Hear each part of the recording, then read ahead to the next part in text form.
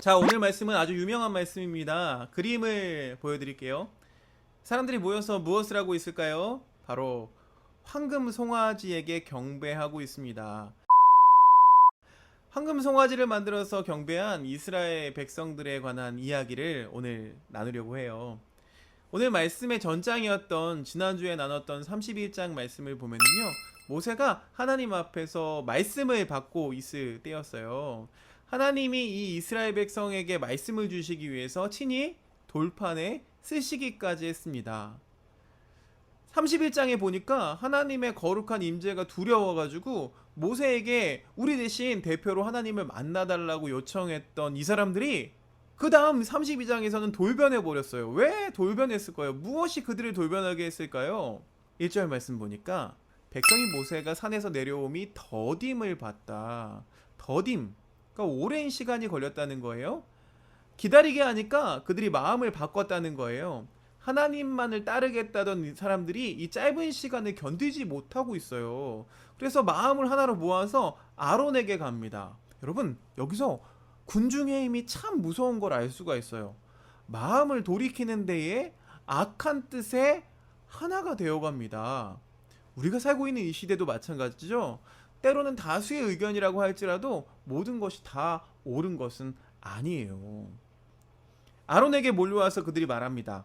아론한테 일어나라고 해요. 당신 기도만 하지 말고 어서 일어나서 무언가 행동하라 라고 이야기합니다. 그러니까 기다리는 것을 포기해버리는 거예요. 하나님보다 더 앞서가려고 하는 거죠. 모세랑 하나님이 더딘 것을 보고 자신들이 무언가를 하려고 합니다. 기다려야 될 때가 있어요. 하나님의 응답을 바라면서 기도하며 기다려야 될 때가 있다는 거죠. 그런데 우리는 그 기다림이 오래되면 더디다, 하나님이 응답하시지 않는다 라고 생각해요. 근데 우리의 실패는 매번 이런 상황에서 출발합니다. 우리의 실수는 무엇이냐면 하나님보다 한 발짝 더 먼저 나가려는 거예요. 그렇게 무언가 행동을 할 때 행동이 다 나쁜 것은 아니지만 그 행동에 대한 목적성이 잘못됐을 때 행동하지 않은 것보다 못하게 되죠.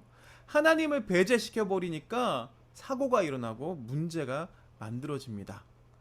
자, 이 사람들이요, 자기들이 인도할 신을 만들어내라고 이야기해요. 십계명의 첫 번째를 어기고 있습니다. 종종 사람들은요, 하나님의 인도가 느껴지지 않을 때에, 또 하나님 뜻에서 벗어나고 싶을 때에 하나님을 대신할 어떤 다른 대체품이나 다른 방법, 세상의 논리들을 찾습니다. 지금 이 사람들은 하나님을 대신할 신을 찾고 있어요. 또 그 신을 만들 때 우리를 위하여 만들자라고 말합니다. 이것은 둘째 계명을 어기는 건데요. 둘째 계명은 사람들이 우상을 만드는 이유가 너를 위하여라고 말하고 있어요.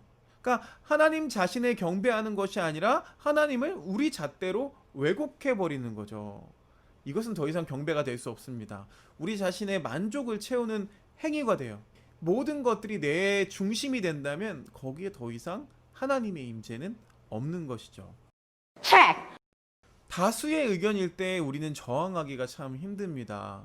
그 선택이 잘못된 선택이라고 할지라도 다수의 힘이 우리 앞에 있을 때에 아니다 라고 말하는 게 참 쉬운 일이 아니죠. 지도자도 마찬가지죠. 이 아론이라는 모세의 형은 결국 이 다수의 의견에 굴복해 버리게 됩니다. 그런데 나중에요, 이 사건을 더 부추기게 되는 역할을 하는 것이 또 이 바로 아론이라는 사람이에요. 물론 아론이 하고 싶어서 하는 것은 아닐 테지만 세상을 만족시키는 사역을 하게 되는 거죠. 하나님의 아니라 세상의 인기를 따라갑니다. 그래서 세상의 인기에 편승한 리더십의 모습을 보여주고 있어요. 때로는 우리 예배의 모습이 이럴 수가 있습니다. 교회의 모습이 이럴 수가 있어요. 하나님을 언급하고 있고 교회 안에 있는 모든 요소가 등장하지만 정작 하나님의 영광을 드러내는 것이 아니라 하나님을 왜곡해버리고 하나님을 반하는 행동을 할 수가 있어요. 이렇게 하나님의 형상을 만들고 그 황금 송아지에 경배하면 하나님께서도 흐뭇해 하실 줄 알았던 모양이에요. 그러나 하나님이 가장 싫어하는 것이었죠.